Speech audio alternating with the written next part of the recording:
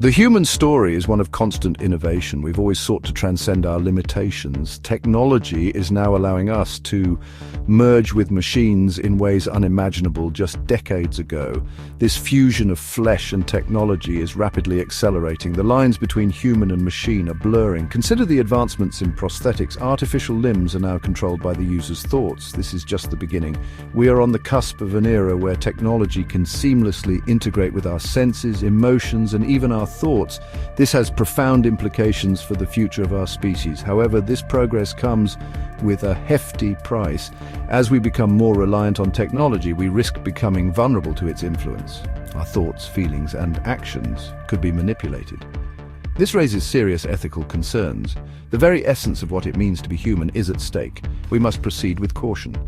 The decisions we make today will determine the course of our future. It is imperative that we engage in a global conversation about the implications of these technologies. The stakes have never been higher. The internet has connected us in ways we never thought possible. We can communicate with people across the globe instantaneously. But what if technology could go further?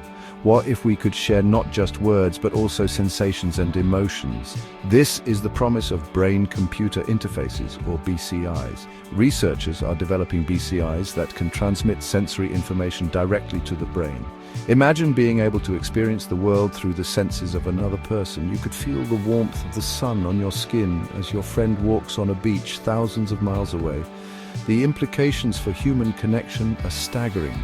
Imagine a world where empathy is not just an abstract concept, but a tangible experience. We could feel the joy and pain of others as if they were our own. This could lead to a more compassionate and understanding society. However, the ability to share sensations also raises ethical concerns. What happens when technology allows us to experience the world through the eyes of someone with malicious intent? Could our emotions be manipulated? These are questions we must grapple with as this technology develops. Imagine a world without spoken language, a world where communication is instantaneous and effortless, where thoughts flow seamlessly from one mind to another. This is the potential of direct brain-to-brain communication, a technology that is rapidly moving from science fiction to reality. Researchers have already demonstrated the ability to transmit simple thoughts and commands between humans using BCIs. While still in its early stages, this technology has the potential to revolutionize how we interact with each other. Imagine a world where we no longer misunderstand each other, where collaboration is seamless and instantaneous. The implications for fields such as education, business, and diplomacy are profound. However, this technology raises profound ethical questions. How do we ensure that our thoughts remain private and secure when they can be accessed by others? What are the implications of a world where our innermost thoughts are no longer our own?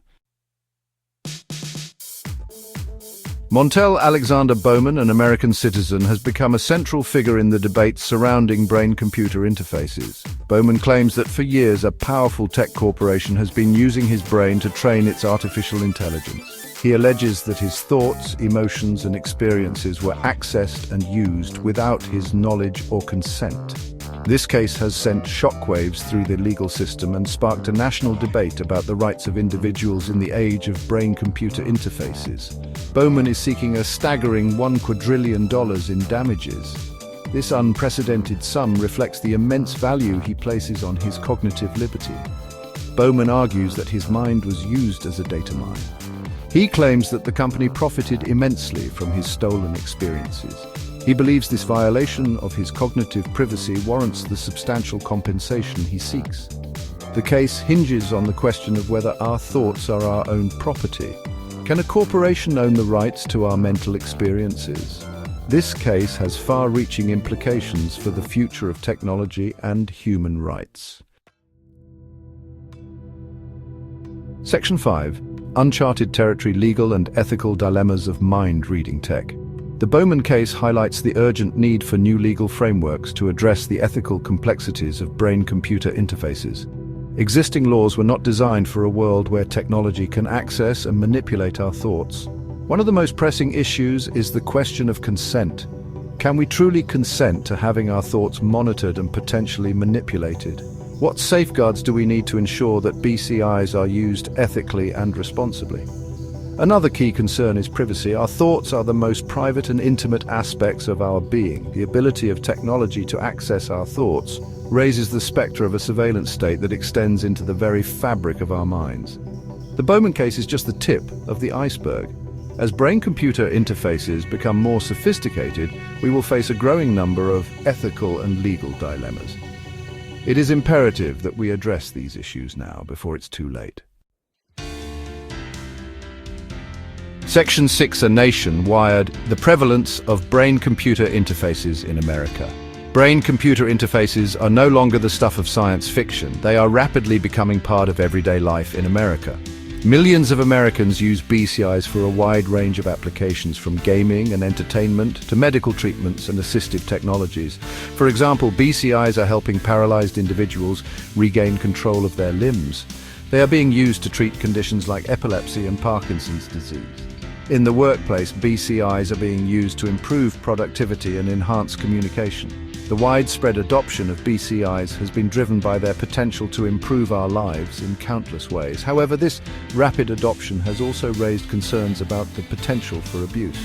As BCIs become increasingly integrated into our lives, it is crucial that we remain vigilant about the potential risks. We must ensure that these powerful technologies are used responsibly and ethically. Section 7 about the Constitution and Cognitive Liberty, Bowman's claim to compensation. Bowman's $1 quadrillion claim might seem astronomical. However, he argues that it is justified by the fundamental rights enshrined in the US Constitution. He contends that the tech corporation's actions violated his Fourth Amendment right to protection from unreasonable searches and seizures. The Fourth Amendment was written long before brain-computer interfaces existed. However, Bowman's legal team argues that its principles are directly relevant to the digital age. They argue that our thoughts are entitled to the same level of protection as our physical property. Furthermore, Bowman's case draws upon the Ninth Amendment, which acknowledges the existence of unenumerated rights. This amendment suggests that the Constitution protects rights beyond those explicitly listed. Bowman's claim rests on the idea that cognitive liberty, the right to think freely and control our own mental experiences, is one of these fundamental, albeit unenumerated, rights. The outcome of this case could have a profound impact on how the Constitution is interpreted in the digital age. It could establish a precedent for the legal recognition of cognitive liberty as a fundamental human right. Section 8, the future of being human integration and its discontents. The convergence of human biology and technology is rapidly accelerating. We are entering an era where the lines between human and machine are becoming increasingly blurred. This raises profound questions about the future of our species. Will brain-computer interfaces enhance our humanity or diminish it? Will they lead to a more compassionate and interconnected world, or will they exacerbate existing inequalities and create new forms of division? The answers to these questions remain uncertain. However, one thing is clear. We cannot afford to be passive observers in this technological revolution.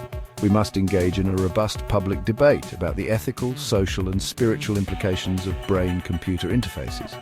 The choices we make today will determine the kind of future we create for ourselves and for generations to come. We must proceed with wisdom, foresight, and a deep commitment to preserving the values that make us human.